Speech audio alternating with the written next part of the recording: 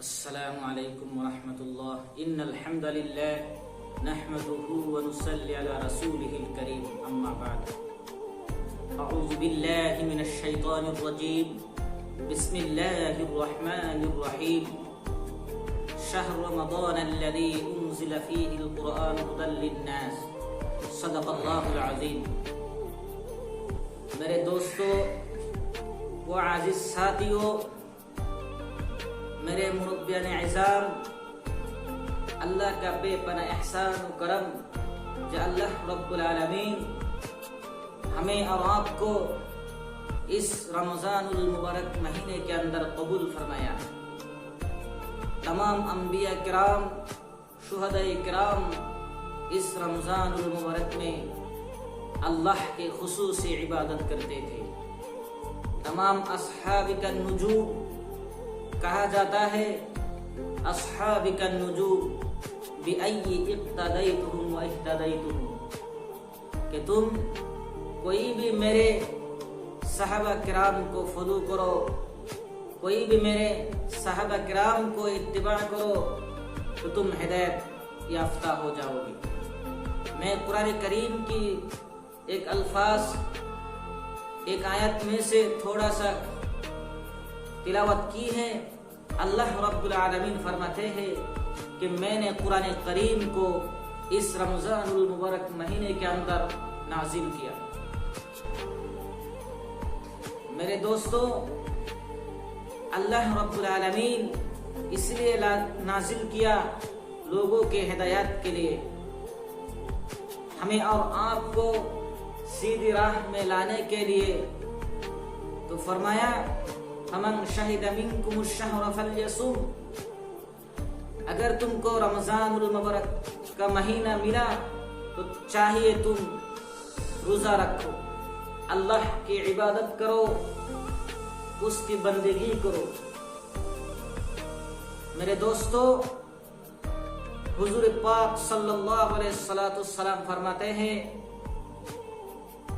للصائم فرحتان وفرحة عند فطره وفرحة عند لقاء ربه، روزہ داروں کے لیے دو خوشیاں اللہ رب العالمین دنیا کے اندر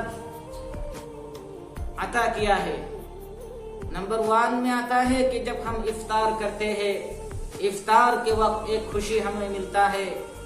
دوسرا کہ ہم جب قیامت کے روز اللہ رب العالمین کے ساتھ ہم ملاقات کریں گے، تب ہمارے دوسرا خوشی نازل و عطا ہوگا۔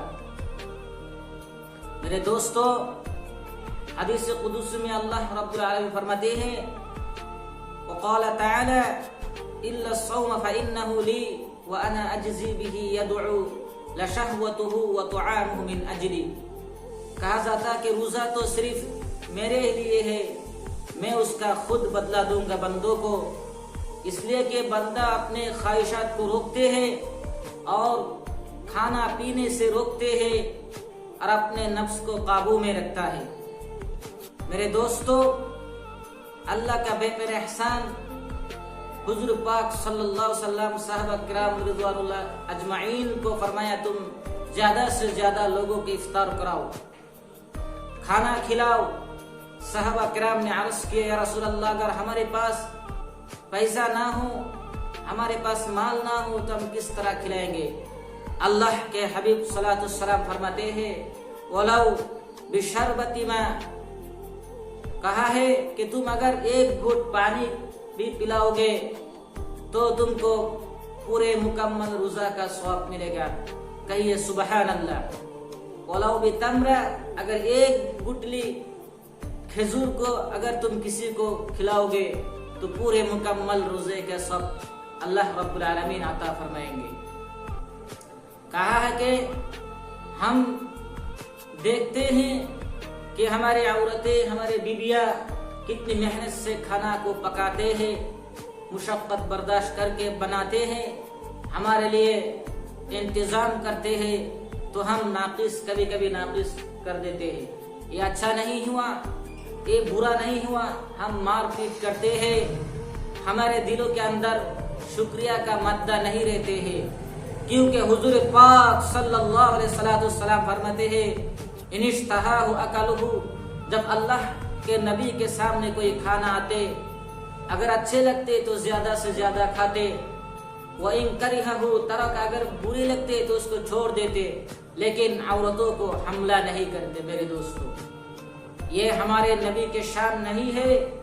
اگر ہم کو اچھا ملا تو ہم خوشی سے گزاریں گے، اور برا ملا تو ناراض ہو جائیں گے، یہ ہمارے لیے درست نہیں ہے۔ ہمیں مشقت اور خوشیاں ہر حال میں ہمیں جھیلنا ہے، اس سے ہمیں گزرنا ہے، کیونکہ ہمارے جو بیلنس، وہ چیکنگ بیلنس کہا جاتا ہے کہ ویری بیلنس ریلیجن اگر ہمارے اندر ہو گئے تو ہم انشاءاللہ کامیابی کی راستہ ہمارے نصیب ہوگا۔ فرماتے ہیں کہ روزے کے ایام میں ایک صحابہ رضوان اجمعین اللہ کی فرائض روزے کے اندر روزے رکھ کر اپنے بیوی سے زنا کر لیا، خواہشات کو پورا کر لیا، تو اللہ کے رسول کے پاس آئے اور حالت دریافت کی، یا رسول اللہ میں نے تو ایک غلطی کر دیا، حالانکہ میں روزہ تھا۔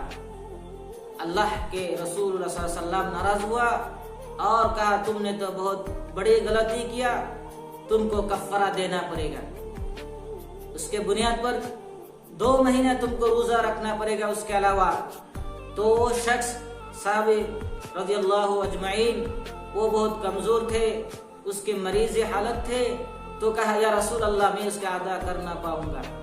تو اللہ کے حبیب صلی اللہ علیہ وسلم فرمایا تو تم 60 مسکین کو کھلا دو۔ کہا یا رسول اللہ میں ملک عرب کے اندر، مدینہ منورہ کے اندر، اے رسول اللہ میں تو غریب ہوں، میں کیسا کھلاؤں گا؟